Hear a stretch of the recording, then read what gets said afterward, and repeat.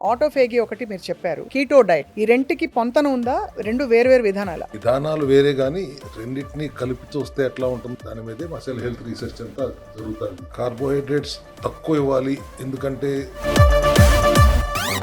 Diet లో ఉన్నప్పుడు మోతాదుకు మించి ఫ్యాట్ తినమన్నారని నెయ్యి పోసేసుకుని తినేడాలు, కొబ్బరి నూనె బాగా తాగేడాలు చేయకూడదు. కొంతవరకు చేయొచ్చు. యాసిడ్స్ ఉన్న కొబ్బరి నూనె కురుడి నుంచి పట్టింది తాగుతాం మంచిదే, బట్ మీ కిడ్నీ సమస్య ఉన్నప్పుడు ఇలా ఎంత తాగాలి? ఫైబర్ మీరు ఇచ్చిన మిరకల్ రైస్ లో ఆటోమేటిక్ గా ఉంది కాబట్టి అది ఒక బాణంతో రెండు పిట్టలు అన్నట్టు, ఒకవైపు మనకి కార్బ్ కంటెంట్ తగ్గుతోంది, అన్నం తిన్న సాటిస్ఫాక్షన్ వస్తుంది. అవసరమైన మేర మాత్రమే ఈ సెల్యులార్ మెటబాలిక్ న్యూట్రిషన్ పెడుతూ ఆటోఫేజీ మీద మేము ఎక్కువ ఎంఫసిస్ పెడుతున్నాం. బికాజ్ తగ్గించాము సార్. మనకి సెల్ హెల్త్ క్లినిక్ విధానంలో లివర్ గురించి మనం చూసాం, వాళ్ళు ఎలా బెనిఫిట్ అయ్యారో. అలా కిడ్నీ సమస్యతో బాధపడుతూ మీ విధానాన్ని పాటించిన తర్వాత ఆ సిమ్టమ్స్ రివర్స్ అయిన పరిస్థితులు చూసామా? ఖచ్చితంగా ఎంతో మందిని చూసాము. ఎందుకంటే మనం దానిలో తీసుకోవాల్సిన జాగ్రత్తలు తీసుకుంటున్నాం. ఒక క్రియాటిన్ తగ్గాలంటే రక్తం పెరగాలి అంటారు. నాకు తెలిసి రక్తం పెరగటం కాదు, ముందు పొటాషియం ఫాస్ఫరస్ రిచ్ గా ఉన్న ఆహారాలు ఏమి వెళ్లకుండా చూడటం అనేది. డయాబెటీస్ బాగా ఉన్న వాళ్ళకి ఎందుకు టైంకి అన్నం పెట్టేయాలి? వాళ్ళకి ఆకలి వేసేస్తుంది అంటారు. డయాబెటిక్ అంటే బ్లడ్ లో షుగర్ ఉంది, వాడుకోలేకపోతాను శరీరం. బయట నుంచి మీరు మరి గ్లూకోజ్ ఇస్తున్నారు, మళ్ళీ బయట నుంచి ఇన్సులిన్ కూడా ఇస్తున్నారు, మరి ఆకలికి ఏమవుతుంది? ఆటోఫేజీ వచ్చిన తర్వాత సోరియాసిస్లు తగ్గుతున్నాయి, ఆటోఇమ్యూన్ డిసీజ్ అన్ని తగ్గుతున్నాయి, గట్ హెల్త్ ఇంప్రూవ్ అవుతుంది. ఆటోఫేజీ అంటే నాకు అర్థమైపోయింది, చాట్ జీపీటీలో చూసాను అని చెప్పి మీరు చేసేసుకోవటం వల్ల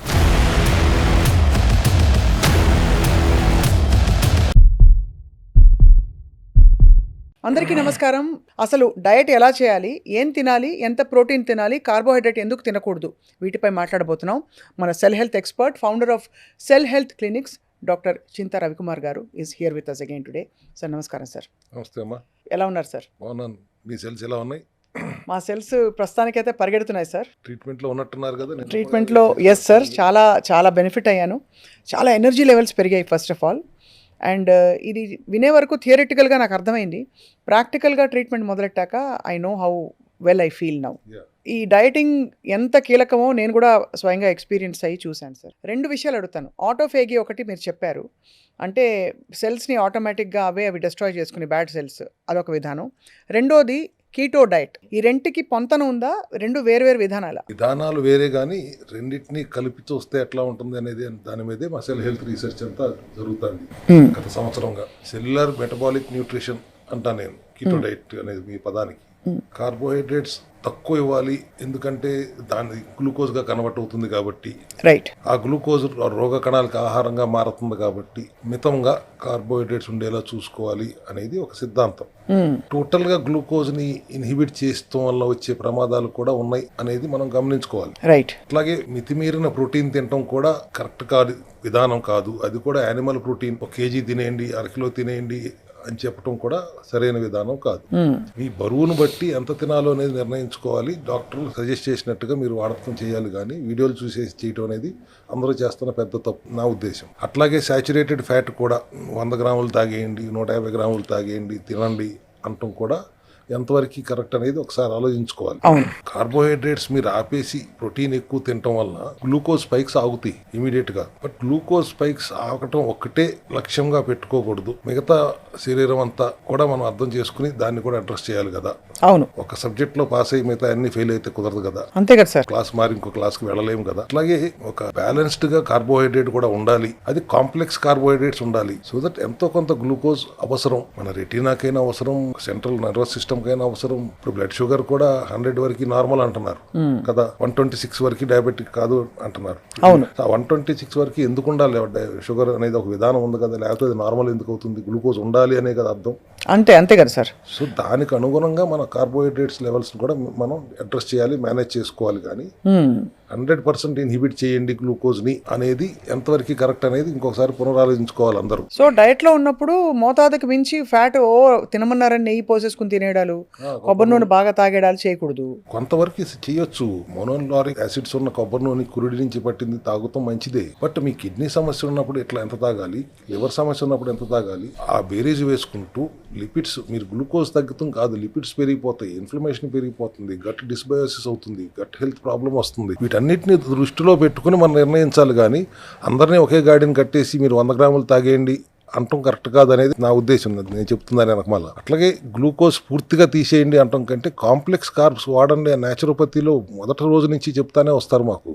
సింపుల్ కార్బ్స్, స్టార్చీ ఫుడ్స్ వైపు వెళ్ళకండి, కాంప్లెక్స్ కార్బ్స్ తినండి. ఫర్ ఎగ్జాంపుల్ స్వీట్ పొటాటో, చిలకడ దుంప, అది వెంటనే డైజెస్ట్ అవ్వదు. So that is very good complex carb. Okay, చిలకడ దుంప చాలా మంచిది. అయితే చాలా మంచిది. ఏమిటి సార్ అందులో వేరే గుణాలు కూడా ఉంటాయా? చిలకడ lots of proteins and vitamins ఉంటాయి దాంట్లో. And at the same time it is complex. అది అంత తొందరగా డైజెస్ట్ అవ్వదు. ఎమటెడ్ గ్లూకోజ్ స్పైక్స్ అవుతాయి అంటానికి ఉండదు, షుగర్ స్పైక్ అవ్వదు. Correct. So taking one sweet potato should not be a problem in general diet plan లో ఉన్నప్పుడు. స్పెసిఫిక్ కీటో డైట్స్ కొన్ని ఉన్నాయి, I don't want to name anything. వాటిల్లో ఫ్యాట్ ఎక్కువ తీసుకోమంటారు, అవును, ప్రోటీన్ కూడా ఎక్కువ తీసుకోమంటారు, ఫైబర్ కూడా ఎక్కువ తీసుకోమంటారు. కానీ మీరు ఎంత ప్రోటీన్ తినేసి ఒక మీరు చెప్పినట్టుగానే అరకిలో చికెన్ తినేసామండి, ఒక అరకిలో చేప తినేసామన్న తర్వాత కూరగాయలు తినమంటే ఎవరు తింటాడు? తినరు. అది రెండోది సార్, అది కిడ్నీల మీద కూడా భారం పడుతుంది కదా సార్, అంత ప్రోటీన్ తింటే హరాయించుకోలేక. Excess protein is also getting converted into glucose అనేది ఎప్పుడు చెప్తున్న మాట. అది మజిల్ గా ఫామ్ అవుతుందని కొంతమంది చెప్తున్నారు. ఎంతవరకు దాంట్లో సైన్స్ ఉన్నది అని అందరూ ఒకసారి ఆలోచించుకోవాలి. అవునవును. More than 1 gram of your body weight unless your athlete protein తీసుకోవడం అంత మంచిది కాదు అనేది సైన్స్ మొత్తం చెప్తున్నది. సో అందరూ ఏమనుకుంటారంటే ప్రోటీన్ మంచిది కాబట్టి మోతాదుకి మించి తినేస్తే అది పడుంటుందిలే అనుకుంటారు. కానీ అది కూడా ఎక్కడికైనా వెళ్ళాలి కాబట్టి అది ఫ్యాట్ గానే కన్వర్ట్ అవుతుంది, గ్లూకోజ్ గానే కన్వర్ట్ అవుతుంది. గ్లూకోజ్ కన్వర్ట్ అయ్యి దెన్ ఆ గ్లూకోజ్ ఖర్చు గ్లూకోజ్ ఉన్నప్పుడు మళ్ళీ ఫ్యాట్ గా కన్వర్ట్ అవుతుంది. సో అది కూడా మీరు తీసుకునే ప్రోటీన్ లీన్ ప్రోటీన్ ఉండాలి, నాట్ ఫ్యాట్ ప్రోటీన్. అంటే రెడ్ మీట్ లాంటివి తీసుకుంటాం వల్ల అంత మంచిది కాదు. అదే at the same time plant protein కూడా ఉంటుంది. యూ కెన్ హ్యావ్ ప్లాంట్ ప్రోటీనా, యానిమల్ ప్రోటీనా, ఏది అవసరం ఆ పర్సన్ కి, ఆ మెటబాలిజం కి అనుగుణంగా అనేది కూడా మనం నిర్ధారించడానికి ఒక డాక్టర్ ఆధ్వర్యంలోనే వాళ్ళు తీసుకోవడం చేయాలి. అట్లా కాకుండా మీరు అందరికి ఒకటే సూత్రం లాగా చేయటం తప్పు అనేది నేను ఖచ్చితంగా నమ్ముతాను. ఖచ్చితంగా సార్. సో ఇందులో సార్ మనకి రెండు మొదలు పెట్టినప్పుడు ఆటోఫేగి అంటే బేసికలీ మనకి ఎక్కువ వ్యవధి ఫాస్టింగ్ లో ఉంచడం బాడీని, లాస్ట్ టైం మీరు చెప్పిన దాని ప్రకారం. కీటో డైట్ అన్నది ఈ మధ్యలో ఏం తింటారో అది, అంతే కదా సార్?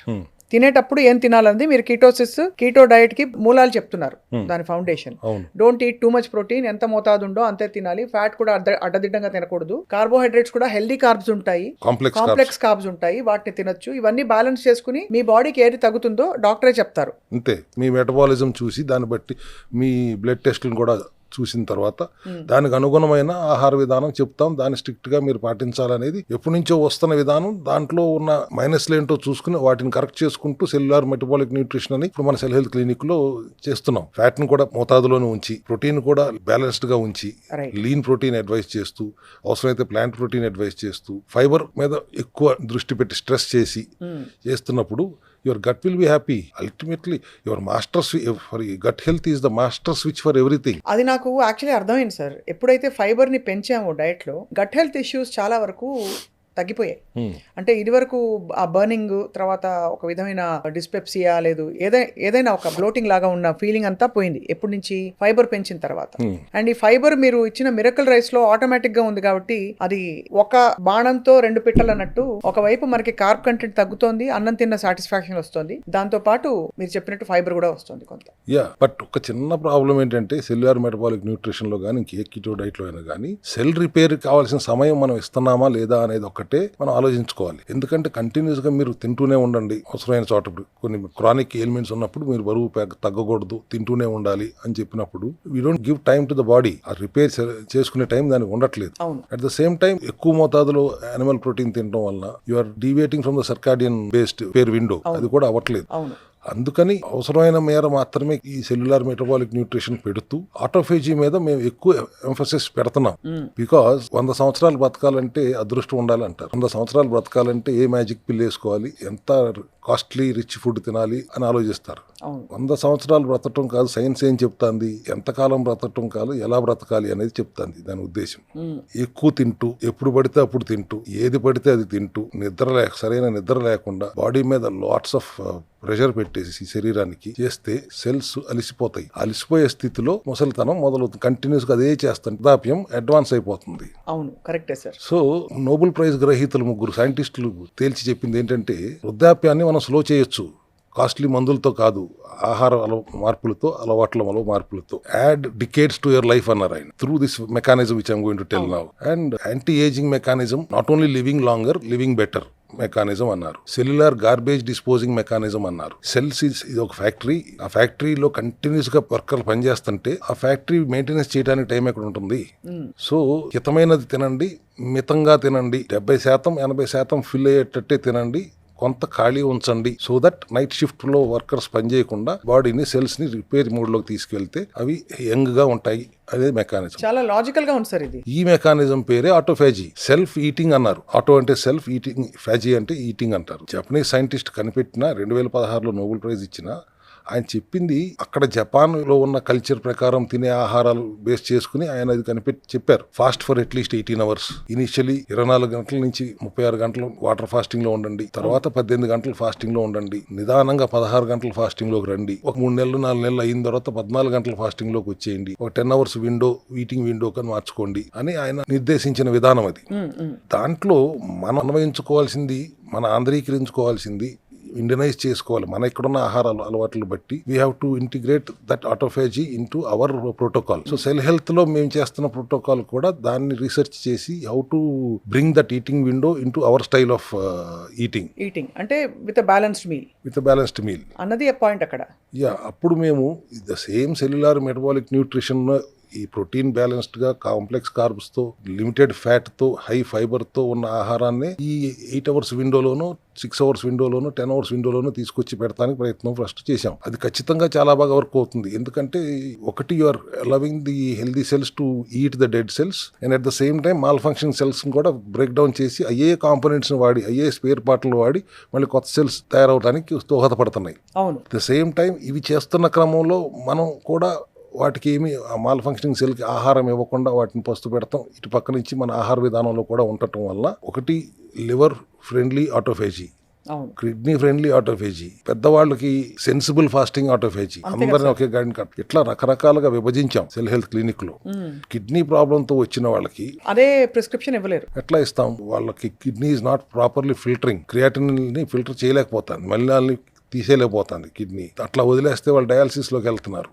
డయాలసిస్లోకి వెళ్తే వారానికి ఒకసారితో మొదలై వారానికి 3 సార్లు, అంటే ఇంటికి రావటం అయిపోతుంది వాళ్ళ జీవితం అంతా. ఒక స్టేజ్కి వచ్చిన తర్వాత కిడ్నీ ట్రాన్స్ప్లాంట్ చేయాల్సిన పరిస్థితి వస్తుంది. సో తగ్గించాము సార్ మనకి సెల్ హెల్త్ క్లినిక్ విధానంలో అలా ఉన్న పరిస్థితి. లివర్ గురించి మనం చూసాం, ఒకళ్ళు ఎవరో చెప్పారు కూడా మనతో, వాళ్ళు ఎలా బెనిఫిట్ అయ్యారో. అలా కిడ్నీ సమస్యతో బాధపడుతూ మీ విధానాన్ని పాటించిన తర్వాత ఆ సిమ్టమ్స్ రివర్స్ అయిన పరిస్థితులు చూసామా? ఖచ్చితంగా ఎంతో మందిని చూసాము. ఎందుకంటే మనం దానిలో తీసుకోవాల్సిన జాగ్రత్తలు తీసుకుంటున్నాం. మిగతా వాళ్ళు ఎవరు తీసుకోని జాగ్రత్తలు మనం తీసుకుంటున్న జాగ్రత్త వల్ల మన దగ్గర రిజల్ట్స్ ఎక్కువ వస్తున్నాయని నేను నమ్ముతాను. If I'm wrong, subject to correction. ఎందుకంటే ఒక క్రియాటిన్ తగ్గాలంటే రక్తం పెరగాలి అంటారు ఒక విధానం. నాకు తెలిసి రక్తం పెరగటం కాదు, ముందు పొటాషియం, ఫాస్ఫరస్ రిచ్ గా ఉన్న ఆహారాలు ఏమి వెళ్లకుండా చూడటం అనేది ప్రధానమైన, వెళ్లకుండా చూడాలి క్రియాటిన్ ఎక్కువ ఉంటే. అట్లాగే మరి ఒక 1/2 లీటర్ నీళ్లు తాగండి, లీటర్ నీళ్లు తాగండి అంటే కూడా ఇట్స్ నాట్ పాసిబుల్. కనీసం 2 లీటర్ నీళ్లు కొద్దిగా తాగండి అనేది మా సెల్ హెల్త్ విధానం. 50 ml కరిగి మీరు 2 లీటర్లు తాగండి, ఎక్కువ సార్లు తాగండి అని చెప్తాము. పొటాషియం డెఫిషియెంట్ గా ఉన్న ఫుడ్ తీసుకోవాలి అంటే ఫర్ ఎగ్జాంపుల్ అవకాడో తినొద్దంటాము, పినాచి పాలకూర తినొద్దంటాము, ములక్కాయ తినొద్దంటాము, డ్రమ్ స్టిక్స్ తినొద్దంటాము, మునగాకు తినొద్దంటాము, కాకరకాయ తినొద్దంటాము, బూడిద గుమ్మడికాయ తినొద్దంటాము, నిమ్మకాయలు వాడొద్దంటాము, పొటాషియం రిచ్ గా ఉన్న ఏ ఫుడ్ తినొద్దంటాము. మరి నిమ్మకాయలు గట్టిగా వాడమని మీరే చెప్తారు కదండి కిటో డైట్ లో. అంటే అందరికీ వర్తించరు కదా అది, అదే మీరు చెప్తున్నారు. కిడ్నీ సమస్య ఉన్న వాళ్ళు నిమ్మకాయలు వాడకూడదు. ఇది నేను సెల్ హెల్త్ క్లినిక్ లో పాటిస్తున్న విధానం. సి విటమిన్ సప్లిమెంట్ లో మళ్ళీ పొటాషియం, ఫాస్ఫరస్ ఉండదు, నిమ్మకాయలో ఉంటుంది, దాంట్లో తీసిన ఎక్స్ట్రాక్ట్ లో ఉండదు. అవసరమైతే సిట్రిక్ స్టేట్ లో ఉంచాలనుకుంటే ఒక సి విటమిన్ సప్లిమెంట్ వేసుకోండి, నిమ్మకాయలు మాత్రం వాడొద్దండి. పులుపు కావాలంటే గోంగూర, చుక్కకూర వాడుకోండి, కానీ నిమ్మకాయలు వాడొద్దండి, చింతపండు కూడా వాడొద్దండి అని చెప్తాం. సో ఇంత జాగ్రత్తలు తీసుకుంటూ ఆటోఫాజీలోనే మళ్ళీ తెల్ల బాసుమతి అన్నం తినమంటాను కిడ్నీ పేషెంట్స్ కి. వాళ్ళకి దాంట్లో పొటాషియం, ఫాస్ఫరస్ చాలా తక్కువ, 30 mg కూడా ఉండదు తెల్ల బాసుమతిలో మాత్రమే. సో ఆ అన్నం తినండి కొద్దిగా, దాంట్లో ఎక్కువ కూరలు కలుపుకుని తినండి, కూరల్లో ఆ అన్నం నంచుకోండి, అన్నంలో కూర నంచుకోవడం కాకుండా అనే విధానంతో పెడుతూ, అట్లాగే సప్లిమెంటరీ సపోర్ట్ పునర్నవ కానీ, సెల్ఫీనెఫ్రోస్ అని కానీ, రీనోడయా కేర్ కానీ, రెనోటిన్ అని, రీనోసెల్ అని, అట్లా దానికి సంబంధించిన బోల్డ్ సప్లిమెంటరీ సపోర్ట్ తో ఆటోఫేజీలో పెడితే కిడ్నీ పేషెంట్స్ రివర్స్ 11 ఉన్న క్రియాటిన్ కూడా 4 తర్వాత 2కి ఇప్పుడు 1.6కి వచ్చి, ఇంక పూర్తిగా 1.1కి రాలేదు కానీ 1.6కి వచ్చి, ఇట్లాంటి కేసులు బోల్డ్ చూస్తున్నాం మనం. ఓహో, కాబట్టి డైట్ తో అంత కంట్రోల్ చేయొచ్చు సార్. అపార్ట్ ఫ్రమ్ ఈ ఫంక్షనల్ మెడిసిన్. యా, ఇక్కడ మరి మీరు గమనించాల్సిన ఆటోఫేజీ కూడా జరుగుతుంది. అదే అందుకనే సార్, అదే healthy cells are also taking care of the mal functioning cells. ఒక పక్కన చేస్తూనే ఉన్నారు, మనం సప్లిమెంటరీ సపోర్ట్ ఇస్తున్నాం, ఆహారంలో కూడా తీసుకోవాల్సిన జాగ్రత్తలు తీసుకుంటున్నాం. కాబట్టి మన కిడ్నీ సమస్యలు చాలా మందికి మనం తగ్గించగలుగుతున్నాం సెల్ హెల్త్ క్లినిక్ లో. సార్ నాకు ఒక డౌట్, ఇప్పుడు ఇది తిరకాసుగా ఉంటుంది ఈ ప్రశ్న. డయాబెటీస్ బాగా ఉన్న వాళ్ళకి ఎందుకు టైంకి అన్నం పెట్టేయాలి, వాళ్ళకి ఆకలి వేసేస్తుంది అంటారు. అది వాళ్ళు ఇన్సులిన్ మీద ఉన్నారు కాబట్టి అది పుట్టుకొచ్చే సిమ్టమా? సహజంగా డయాబెటిక్స్ కి ఆకలి ఎందుకు ఎలా ఎక్కువ లాజికల్ గా వేస్తుంది? వాళ్ళకున్న షుగర్ అంతా బర్న్ కావట్లేదనే కదా. డయాబెటిక్ అంటే బ్లడ్ లో షుగర్ ఉంది, వాడుకోలేకపోతాను శరీరం. అది బయట నుంచి మీరు మరి గ్లూకోజ్ ఇస్తున్నారు, అవును మళ్ళీ బయట నుంచి ఇన్సులిన్ కూడా ఇస్తున్నారు. అవును, మరి ఆకలికి ఏమవుతుంది? ఆల్రెడీ ఉన్న గ్లూకోజే వాడుకోలేకపోతుంటే మీరు మళ్ళీ గ్లూకోజే పెడితే, మిగతా పోషకాలు పెట్టకపోతే ఆ గ్లూకోజ్ ఉన్నది మళ్ళీ వెళ్ళింది, అది ఎక్సెస్ గ్లూకోజే అవుతుంది. కానీ మీకు కావాల్సిన న్యూట్రిషన్ అయితే వెళ్ళట్లేదు కదా.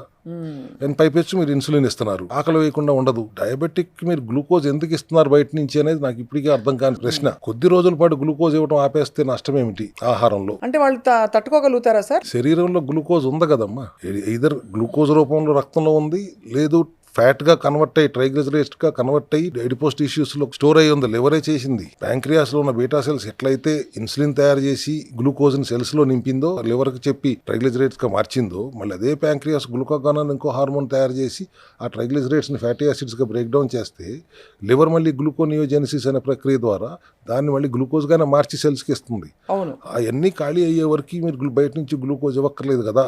అంతే కదా. తర్వాత రక్తంలో ఉన్న గ్లూకోజ్ వాడటం మొదలు పెడుతుంది, అప్పుడు ఇద్దాం గ్లూకోజ్ బయట నుంచి. అప్పుడు దాకా ఆపొచ్చు కదా. గ్లూకోజ్ ఇవ్వనప్పుడు ఇన్సులిన్తో పని ఏంటి? కొద్ది రోజులు ఇన్సులిన్ ఆపండి, కొద్ది రోజులు గ్లూకోజ్ కూడా ఆపండి, కొద్ది రోజులు మాత్రమే. గ్లూకోజ్ మెటబాలిజం తప్పుడు కానీ అంటలేదు, ఇట్స్ వెరీ గుడ్ మెటబాలిజం. 90% అందరూ ఉండాల్సింది అదే మెటబాలిజంలో. అక్కడ ఏదైనా ఇబ్బంది వచ్చినప్పుడు కొద్ది రోజుల పాటు టెంపరీగా మనం కీటోన్ మెటబాలిజంలోకి వెళ్తున్నాం, ఆ తర్వాత మళ్ళీ గ్లూకోజ్ మెటబాలిజంలోనే వాడమంటున్నాం. సో మీరు అది ఎత్తారు కాబట్టి డయాబెటిక్ సబ్జెక్టు నాకు అసలు అది పెద్ద ఆవేదనతో కూడిన సబ్జెక్టు. ఎందుకు ఇట్లా చేస్తున్నారు? జీవితాంతం మందులు వాడమంటారు ఏంటి? ఈ పైపెచ్చు మందులు వాడినా కూడా అది కంట్రోల్ అవ్వదు, number గేమే.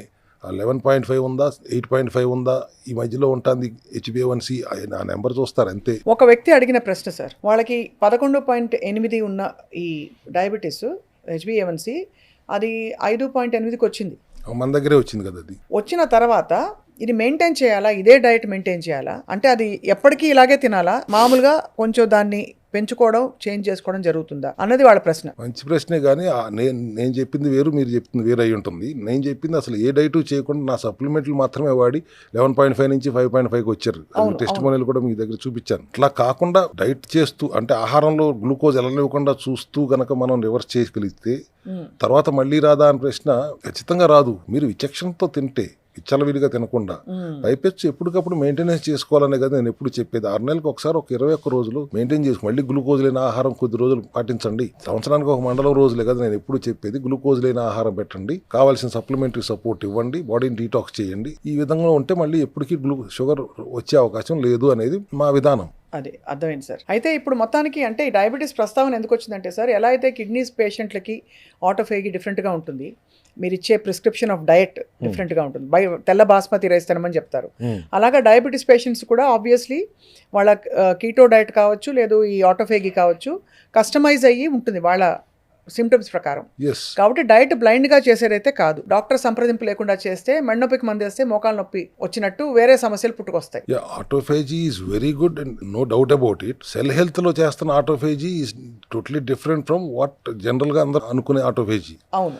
So diabetic patient autophagy ఎట్లా చేయాలి అన్నప్పుడు మీరే చెప్పారు, ఇందా మిరకల్ రైస్ తినండి, దాంట్లో గ్లూకోజ్ ఉండదు కదా. అట్లాగే నేను అల్ట్రా లో కార్బ్ ఫ్లోర్ ఇస్తున్నాను, దాంతో రోటీ చేసుకు తినండి, దాంట్లో ఏం గ్లూకోజ్ ఉండదు కదా. ఇప్పుడన్నా ఒక చిలకడ దుంప తినండి, వద్దని అంటలేదు. టోటల్గా కాంప్లెక్స్ కార్బ్స్ కొద్ది మోతాదులో తినండి. వారంలో 2 రోజులు కావాలంటే మిల్లెట్స్ తినండి, ఇబ్బంది ఏం లేదు. ఫైబర్ ఉంటుంది కాబట్టి షుగర్ స్పైక్స్ వెంటనే అవ్వదు. అట్లా క్రేవింగ్స్ మిస్ అవ్వకుండా వాళ్ళని ఆటోఫేజీలో ఉంచి we're ensuring that he is recovering from the diabetes. కానీ ఫ్యాటీ లివర్ అయినా కానీ, లివర్ ఫైబ్రోసిస్ అయినా కానీ, ఏది కాకపోతే వెయిట్ లాస్ సార్. ఐడియల్ వెయిట్లో ఉంటే, ఎందుకంటే సార్ 73 ఉండవలసిన వాళ్ళు 78కి వెళ్తే ఆ 4-5 కిలోల్లో కూడా వాళ్ళ థైరాయిడ్ మారిపోయి వేరే ప్రొఫైల్స్ అన్నీ కూడా కొంచెం అబరేషన్స్ ఉండి చూస్తున్నాం. ఆ 4-5 కిలోలు తగ్గిపోతే కూడా చాలా విషయాలు సెట్ అయిపోతాయని మనం వింటూ ఉంటాం సార్ కేస్ స్టడీస్లో. వెయిట్ లాస్కి వస్తే ఇంకా చాలా ఈజీ అమ్మ, ఇంత రెస్ట్రిక్షన్స్ కూడా పెట్టాం. 20 గ్రాములే కొబ్బరి నూనె తాగమంటాం ఆటోఫేజీలో. అండ్ వైట్స్ అవాయిడ్ చేసి చక్కగా బ్రౌన్ రైస్ మిల్లెట్స్ తినొచ్చు. పప్పు తింటావా, తిను, పెసరపప్పు తిను, కందిపప్పు తినబాక అంటాను. దుంపలు తప్పితే మిగతా కూరగాయలన్నీ వాడుకోండి. He's eating normal life lead చేస్తున్నాడు and losing at least about 1.5 to 2 kgs every week. నెల అయ్యేపాటికి 4 కిలోలు ఖచ్చితంగా తగ్గుతున్నాడు. ఖచ్చితంగా తగ్గుతారు. అన్ని తింటూ మళ్ళీ వైట్ రైస్ తినొద్దు, వైట్ బ్రెడ్ తినొద్దు, మైదా పిండి తినొద్దు, వైట్ షుగర్ వద్దు, వైట్ సాల్ట్ వద్దు, ఇలాంటి వైట్స్ అవాయిడ్ చేస్తాము, దుంపలు అవాయిడ్ చేస్తాం, most important refined oils avoid చేస్తాం. ఇవి అవాయిడ్ చేస్తూ నీ క్రేవింగ్స్ ఏమి మిస్ అవ్వకుండా నువ్వు వెయిట్ తగ్గుతున్నావు. రైట్. ఇట్లా తగ్గిన వెయిట్ సస్టైన్ అవుతుంది. మీరు మొత్తం గ్లూకోజ్ అవాయిడ్ చేసేసి, కార్బోహైడ్రేట్స్ అవాయిడ్ చేసేసి, హై సాచురేటెడ్ ఫ్యాట్ తీసేసుకుని, ఎక్కువ మోతాదు ఎక్కువ ప్రోటీన్ తీసేసుకుని బరువు తగ్గి మళ్ళీ కార్బోహైడ్రేట్స్ తింటాం మొదలు పెడితే మళ్ళీ పెరిగిపోతారు. ఇప్పుడు మీరు కార్బోహైడ్రేట్స్ తింటూ తగ్గుతున్నారు ఈ ఆటోఫేజీలో. సో ఇది నిలబడుతుంది. More sustainable, more pleasant, more easy also. Sir final ఒక క్వశ్చన్ అడగాలి. ఇది ఇప్పుడు మీరు సగటున వారానికి 2-3 సార్లు బయట తింటూ, అది ఆఫీస్ లంచ్ కావచ్చు, పార్టీ కావచ్చు, ఇంకేదో కావచ్చు, స్విగ్గీ కావచ్చు, ఇంట్లో రోజు అన్నం, పప్పు, కూర, ఇంకేదో నాన్ వెజ్ తినేవాళ్ళు నాన్ వెజ్ పెట్టుకుని తినే డైట్ నుంచి చాలా మితంగా రిఫైన్డ్ ఆయిల్స్ ఇవేవీ లేని భోజనాలు కంప్లీట్ గా రెస్ట్రిక్టెడ్ టైమింగ్స్ లో ఇలా తినమని చెప్తున్నారు. ఇందులో చీట్ డేస్ అలౌడా కాదా? అసలు చీట్ డేస్ ఉండాలా, ఉండకూడదా? నేను చీట్ డేస్ అన్నాం కానీ I call it refeed day. ఏదైనా లోపం, డెఫిషియన్సీస్ ఉంటే ఈ విధానంలో హార్మోనల్ ఇంబ్యాలెన్స్ అయ్యే అవకాశాలు ఉంటాయి కాబట్టి ఎస్పెషల్ లేడీస్లో weekly once or fortnightly once you can call it refeed day. Cravings ఉన్నప్పుడు, స్వీట్ క్రేవింగ్స్ వచ్చాయి సార్, ఏం చేయాలి అప్పుడు? 10 రోజులకు 15 రోజులకు ఒక రోజు రీఫీడ్ డే కింద పెట్టుకున్నప్పుడు మీ ఇష్టం వచ్చినట్టు తినేయండి. అప్పుడు కూడా ఫుల్ గా వాయించి తినడం కాదు, మితంగా తినాలి, అంతే కదా సార్? అవాయిడ్ చేయాల్సిన వైట్స్ అవాయిడ్ చేస్తూ రిఫైన్డ్ ఆయిల్స్ జోలికి వెళ్లకుండా మీరు కావాల్సినంత తినండి, కావాల్సినట్టుగా తినండి. మనం కడుపు కట్టేసుకుని బతకమని నేను ఎప్పుడు చెప్పను. క్రేవింగ్స్ ఉంటాయి, సరదాగా బయటకు వెళ్ళాలని ఉంటుంది, ఏదో బర్గర్ తినాలని ఉంటుంది, నీకు నచ్చింది తినాలని ఉంటుంది, వెళ్ళి పబ్కి వెళ్ళాలని ఉంటుంది, వెళ్ళు, నెలకు ఒకసారి వెళ్ళు, లేదా 2 సార్లు వెళ్ళు, నో ప్రాబ్లం. అసలు తెల్లారులు ఇస్తే రాత్రి అంతా అక్కడే కనపడుతుంది, తెల్లారులు ఇస్తే అక్కడే కనపడుతుంది. అటువంటి అలవాట్ల నుంచి దూరంగా ఉండమంటున్నాం కానీ we're not asking them to deprive of their cravings totally. ఎప్పుడన్నా ఒక రోజు మీరు ఇబ్బంది పెడితే శరీరాన్ని సర్దుకుంటుంది, రోజు ఇబ్బంది పెడితే ఇంకోలా సర్దుకుంటుంది, అంతే కదా సార్? కానీ ఇది ఎక్స్పీరియన్స్ చేసిన వాళ్ళు ఎవరు కూడా అసలు చీటింగ్ గురించి ఆలోచించారన్న విషయం నాకు తెలుసు. చాలా మంది అఫ్ కోర్స్ డిలిజెంట్ గా డైట్ చేసే వాళ్ళు కూడా తెలిసి వస్తుంది. శరీరం మీద ఆ డైజెషన్ భారం, అనవసరమైన కాలుష్యంతో కూడినవి, లేకపోతే ఇతరత్ర సోకాల్డ్ గుడ్ థింగ్స్ అనుకునేవి లాంటివి వేయకుండా ఉంటే ఇన్ఫ్లమేషన్ బాడీలో తగ్గుతూ వస్తే ఎంత ప్లెజెంట్గా ఉంటుందో experience will teach sir. Once autophagy వచ్చిన తర్వాత life has become very easy. First of all సోరియాసిస్లు తగ్గుతున్నాయి ఆటోఫేజీలోనే, అంటే అన్ని తింటూ. ఇంకా అంతకుమించి ఆటోఇమ్యూన్ డిసీజ్ అన్ని తగ్గుతున్నాయి, గట్ హెల్త్ ఇంప్రూవ్ అవుతుంది త్రూ థెరపెటిక్ వాల్యూస్తో పాటు ఆటోఫేజీలో ఉన్నప్పుడు. Any kind of autoimmune diseases కూడా మన ఆటోఫేజీలో with the help of the supplementary support తగ్గుతుంది. 18 గంటల తర్వాత తినొచ్చు అన్నప్పుడు ఎవడైనా ఆగుతాడుగా. 100 రోజుల దాకా తినకూడదు అన్నప్పుడు వేరు, రేపు 18 గంటల తర్వాత 16 గంటల తర్వాత తినొచ్చు అనుకున్నప్పుడు it's easy for anybody to do. అందరూ అంటారు కార్బోహైడ్రేట్స్ ఒకసారి తింటే మళ్ళీ మళ్ళీ తినాలనిపిస్తుంది అని. ఇక్కడ you have a restriction, you cannot eat till tomorrow afternoon అన్నప్పుడు రేపు ఆఫ్టర్నూన్ తినొచ్చు కదా అని ఆగుతాడు. బికాస్ హీఈస్ హ్యావింగ్ ఎ ప్రాబ్లంతో వచ్చిన వాడు ఎందుకు చేయడు? రేపు తినొచ్చు అన్నప్పుడు ఇట్స్ టెంప్టింగ్ కదా, రేపు తినొచ్చు అన్నప్పుడు ఎవడైనా చేస్తున్నాడు. అదే కదా. 100 రోజులు తినకూడదు, 120 రోజులు తినకూడదు అన్నప్పుడు 2వ రోజు 3వ రోజు డ్రాప్ అయిపోతున్నారు. అది కాబట్టి ఇది easier to integrate and easier to heal. I think it's a revolution happened. అంటే ఆయన ఎవరో కనిపెట్టి అక్కడ 2016లో నోబెల్ ప్రైజ్ ఇచ్చారని చెప్తాం కాదు. ఇది ఎప్పటి నుంచో మన సనాతన సాంప్రదాయంలోనే ఉంది. లంకనం అనేది మనకి వాళ్ళు కొత్తగా వచ్చింది కాదు, మర్చిపోయాం. ఆయన గుర్తు చేశారు, పోనీ థ్యాంక్స్ టు హిమ్. మళ్ళీ మనం అదే అవలంబిద్దాం. మన సెల్ హెల్త్ క్లినిక్లో దానిని మనకు అనుగుణంగా ఆంధ్రీకరించుకున్నాను అనుకోండి, పోనీ రేపొద్దున భారతీకరించుకుంటాను. Because you have to ensure this suits our environment, our culture. దానికి అనుగుణంగా చేయాలి అనేది నేను ప్రధానంగా ఇక్కడ చెప్పదలుచుకున్న విషయం. At the same time 100% carb రెస్ట్రిక్టెడ్గా ఉండక్కర్లేదు. మోతాదులో 25% కార్బ్స్ ఉండటం మంచిది. అది but that should be most of the complex carbs ఉండాలి. Balanced protein, balanced fibre. 25% ఇది ఉందంటే మిగతా 75% లో ప్రోటీన్ ఉంటుంది, ఫైబర్ ఉంటుంది. అవును. అండ్ కొద్ది మోతాదు సాచురేటెడ్ ఫ్యాట్ కూడా ఉంటుంది. బ్యాలెన్స్డ్ గా ఉంటూ మీరు ఆటోఫైజ్ చేసినప్పుడు సప్లిమెంటరీ సపోర్ట్ తో ఎటువంటి అనారోగ్యమైన ఇట్లా చిటికేసి తగ్గించుకోగలిగిద్దాము మన సెల్ హెల్త్ విధానంలో ఉంది. కాకపోతే ఎవరికాళ్ళు సొంతంగా చేసుకోబాకండి, డాక్టర్ సంప్రదింపు ద్వారానే చేసుకోండి. ఆటోఫైజ్ అంటే నాకు అర్థమైపోయింది, చాట్ జీపీటీలో చూశాను, అని చెప్పి మీరు చేసేసుకోవటం వల్ల చాలా ఇబ్బందులు ఉంటాయి. మీరు ఒక డాక్టర్స్ అడ్వైజ్తోనే చేయండి. మీ మెటబాలిజంకి అనుగుణంగా వాళ్ళు అడ్వైజ్ చేస్తారు. న్యూట్రిషనిస్టులు, క్వాలిఫైడ్ న్యూట్రిషనిస్టులు ఉంటారు, వాళ్ళ సలహా తీసుకుని చేయండి అనేది నా విజ్ఞప్తి. తప్పకుండా డాక్టర్ రవికుమార్ గారు, బికాజ్ ఐ థింక్ ఇది ఫండమెంటల్ ఫౌండేషన్ ఆరోగ్యానికి. అండ్ ఇలా కనుక పాటించగలిగితే వాళ్ళే ధన్యులు. బికాజ్ ఆరోగ్యకరమైన జీవితం, వీలైతే దీర్ఘకాలిక జీవితం కూడా వాళ్ళకి ప్రసాదించే ఒక అద్భుతమైన విధానం ఇది. Thank you very much for wonderful, very insightful session sir. Thank you.